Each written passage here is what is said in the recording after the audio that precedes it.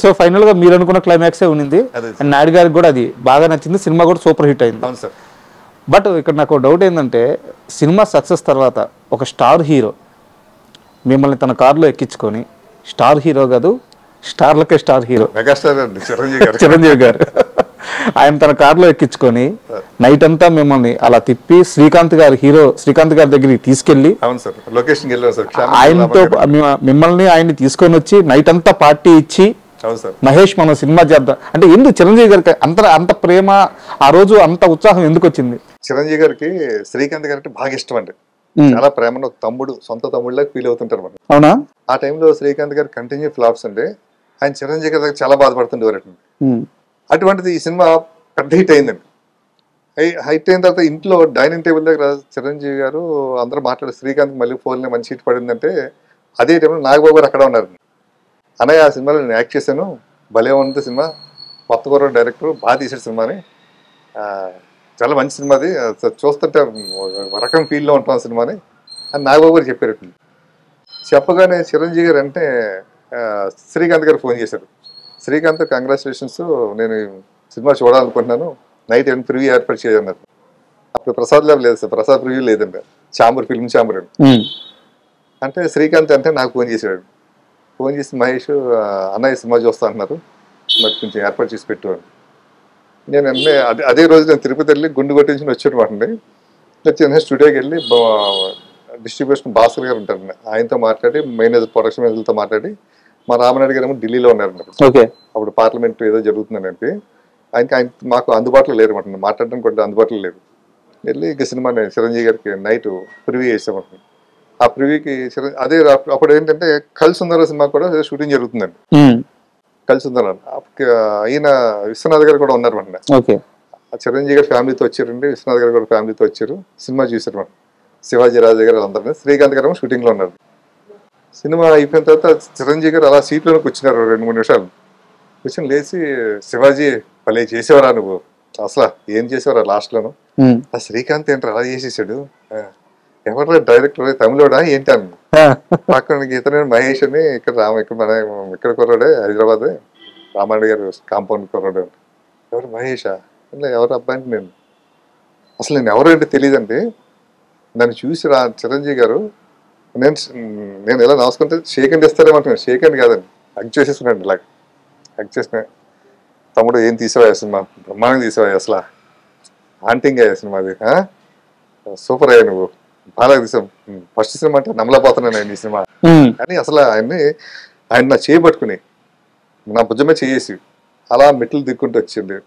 ఈ లోపల ఆయన కారు వస్తే ఆ డ్రైవర్ వస్తే డ్రైవర్ని వెనకెళ్ళమని ఆయన కూర్చున్నారండి, ఆయన పక్కనే నేను కూర్చున్నాను, వెనకాల రాజా రవీంద్ర గారు, శివాజీ రాజా గారు కూర్చున్నాను. కానీ శ్రీకాంత్ ఇప్పుడు ఎక్కడ కలుద్దాం, నైట్ 12 అయిందంట టైంలో. సెకండ్ షో ప్రివ్యూ 10 గంటలకు చూసాను, 9:30కి ఇప్పుడు స్టార్ట్ చేసేది, 12 అయిందండి. శ్రీకాంత్ దగ్గరికి వెళ్దాం అని చెప్పేసి శ్రీకాంత్ దగ్గరికి వెళ్ళి సెట్స్కి వెళ్ళండి, షూట్ లో ఉన్నారు, క్షేమంగా లావంగా నానకరం కూడా స్టూడియోలో ఉన్నారు. ఫిల్మ్ ఛాంబర్ నుంచి కారులో అక్కడికి వెళ్ళండి, వెనకాల ఇంకో కారు అయితే ఫాలో అవుతుంది, అక్కడికి గెలిచింది. శ్రీకాంత్ని అప్రిషియేట్ చేసింది. ఆ సెట్లో అప్పుడు ప్రకాష్ రాజ్ గారు, రాజేంద్ర ప్రసాద్ గారు వీళ్ళందరూ ఉన్నారు. వాళ్ళందరూ కూడా సినిమా గురించి మాట్లాడుకునండి, రండి అందరం మన ఇంటికి వెళ్దాం చెప్పి అందరినీ తీసుకొచ్చి ఇంటికి వచ్చారు. ఇంటికి వచ్చి నైట్ అంతా కూర్చున్నామంటే ఇంకా అలాగా డిన్నర్ అన్ని ఏర్పాటు చేశారు. ఆయన కూసిరికి వచ్చి నాకు పెడుతుంటే తినవై తింటుంటే నాకు అసలు అంటే నేను చిరంజీవి గారిని నేను చూస్తానా అంటే మేము చదువుకునే రోజుల్లో కాలేజీలో ఉంటున్నప్పుడు కానీ ఆయన చూసి అలా తెరవే చూడరు కదండి. ఎప్పుడో 1-2 సార్లు మా స్టూడియోలో షూటింగ్ జరుగుతుంది చూసి అలా వెళ్ళిపోయేవాళ్ళు అంటారు. అంటే ఆయన కార్లో నుంచి వెళ్తుండేవారు పోతుండేవారు. అంటే రిక్షా వాటి సినిమా షూటింగ్ అయితే జరిగేది అప్పుడు మేము వెళ్ళకూడదు కదండి, మేము స్టూడియోలో పనిచేస్తాం, మా వర్క్ మేము ఉండాలి కదా.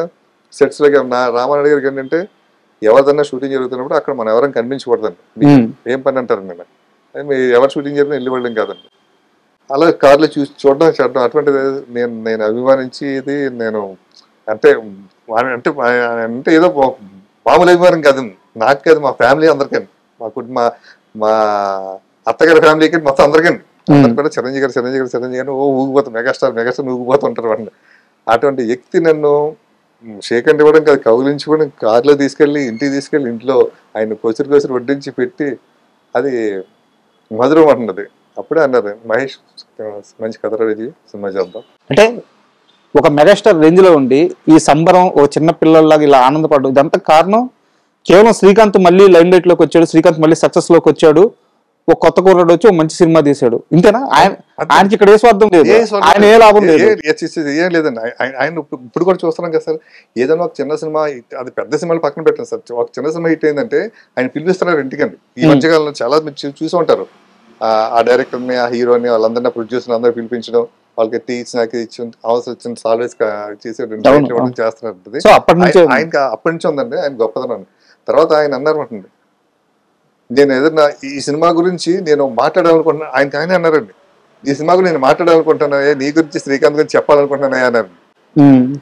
అంటే సార్ అలాగే సార్ అన్నా. నేను నెక్స్ట్ డే మేము వెళ్ళి జెమినీ వాళ్ళకి చెప్తే జెమినీ వాళ్ళు వచ్చారండి, వచ్చి ఆయన చెప్పారు, మంచి మాటలు చెప్పారు సినిమా గురించి కానీ, సార్ గురించి కానీ, శ్రీకాంత్ గారి గురించి కానీ బాగా చెప్పారండి.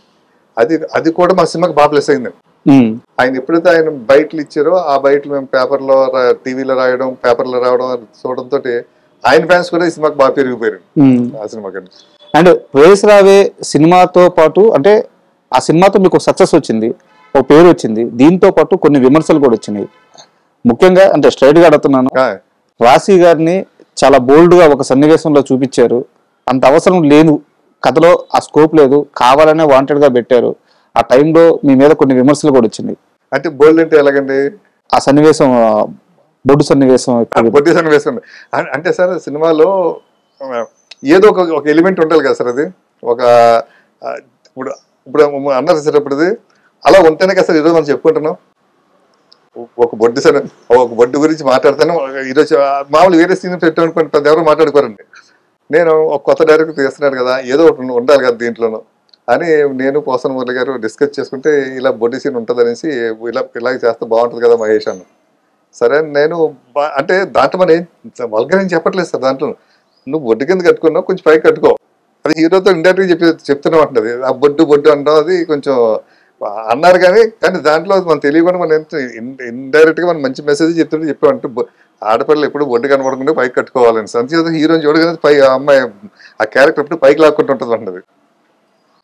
అది మేము అంటే ఇష్టపడే పెట్టామండి ఆ సీన్. ఏమన్నా ఇబ్బంది పడ్డారా తర్వాత ఈ మహిళా సంఘాలు? అంతే సార్, అంటే మహిళా సంఘాలు దాని గురించి అనలేదు సార్, టైటిల్ గురించి గోల్ పెట్టారండి. ఏంటి రావే అంటే ఏంటారు సార్, రావని పిలితే అంటే ఆడదంటే అంత చీపా నీకు అలాగనేసి కొంతమంది విమర్శలు అవి చేశారండి. రావే అందరికి నన్ను అప్పుడు సినిమా రిలీజ్ కాకముందు కొన్ని సంఘాల వాళ్ళు వచ్చేది మాట్లాడుతుంటే సినిమా చూడండి, సినిమా చూడకుండా మాట్లాడద్దు, ఆడు భగ్న ప్రేమికుడు, వాడు మోసం చేసింది, వాడు ఇష్టం మాట్లాడతాడు, వాడితో ఇష్టం తిరిగింది, వాడిని నువ్వు మా ఇంట్లో నాకు ఇష్టం లేని పెళ్లి చేశారు, నాకు నచ్చలేదు, నువ్వు నీకోసం ఎదురు వస్తావు, నువ్వు వచ్చి నన్ను తీసుకుపో, లేపుపో నన్ను అని అమ్మాయి అంత బలంగా చెప్పిన మా అమ్మాయి రాలేదు, ఆ అమ్మాయి సైడ్ నుంచి రాలేదు, ఆ అమ్మాయికి ఏదో జరిగింది, కానీ వాడి సైడ్ నుంచి అది కాదు కదా.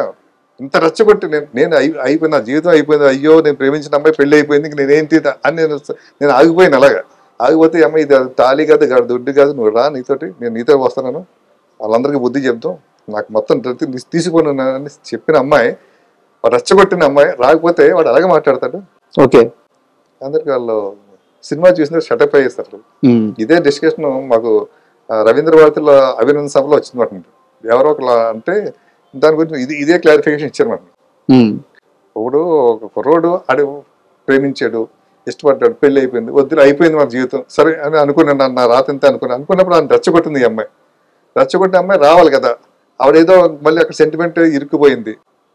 అప్పుడు వాడి సైడ్ నుంచి వాడు మాట్లాడేది కరెక్ట్, వాడు మాట్లాడేది కరెక్ట్, ఈవిడ సైడ్ నుంచి ఈవిడ కరెక్ట్. ఆ తర్వాత ఆడియన్స్ డిసైడ్ సినిమా చూసినాక అర్థమైంది. అప్పుడు అంటే ఇప్పుడు దాకా మీరు చెప్పిన ఈ జర్నీలో అంటే ఒక్క సినిమా అయింది, మనం ఇప్పుడు దాకా మాట్లాడుకుంది ఒక్క సినిమా గురించే.